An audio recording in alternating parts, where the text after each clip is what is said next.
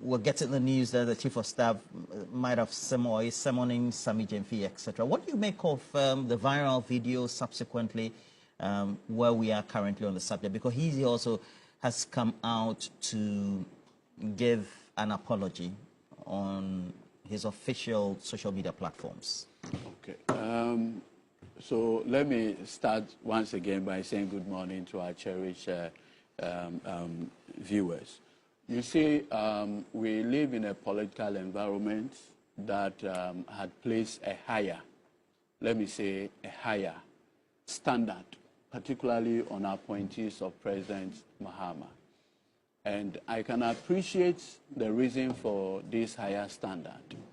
If you look at where we are coming from, the 8 years of decay, among others, the ordinary Ghanaian has a higher expectation of all of us appointees of President Mahama. The other thing that President Mahama has also done is the opportunity given to we very young people to serve in his government. So in fact, overall, if you look at the ministers and the chief executive officers and deputy chief executive, almost 70% of us are persons who are less than 50 years of age. And so it's a great honor. It's a great privilege and honor for us to serve under the leadership of President Mahama. Unfortunately, on Saturday, like you pointed out, we have a good friend, Prophet Niger Gizi. So Niger Gizi lost the dad the 1 week we had to. But I went to Ambassador Sampiale's 1 week as well. So it was then that, as it were, my good brother, Sami, met this Patricia, the prophetess. Yeah, Agradaa. Good. And in the conversation, you know, Agradaa has always had this issue with Owusu Bempah. So he admonished that, look, there's a need for peace. That's all. And then, subsequently, what happened next? Thankfully, my brother, immediately this matter was drawn to his attention. Less than 24 hours, has publicly come out to apologize to the good people of this country, that he acknowledges the fact that this thing had rubbed not properly with the sensibilities of Ghanaians. And to the extent that this had come to his attention, he's not going to justify what has happened. So he had rendered unqualified apology to the good people of this country, and also His Excellency the President. I strongly believe that that is the way to go. There's a typical saying in Ewe that the man who carries the pot to the riverside is most likely the person to break it. And you know, usually when you know, in the village, when you go to the riverside, it's always slippery because people, you know, fetch water and they get the place muddy and slippery.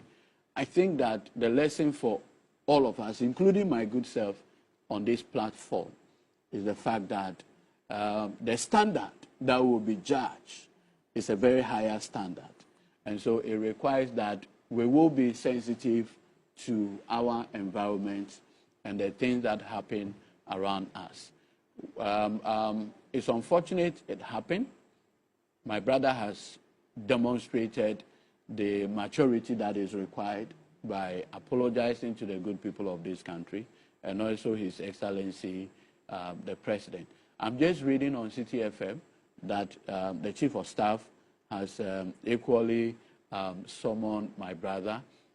I would say that with a statement issued by my good friend and brother Sami Gyamfi, it will bring, with respect, finality to this raging storm.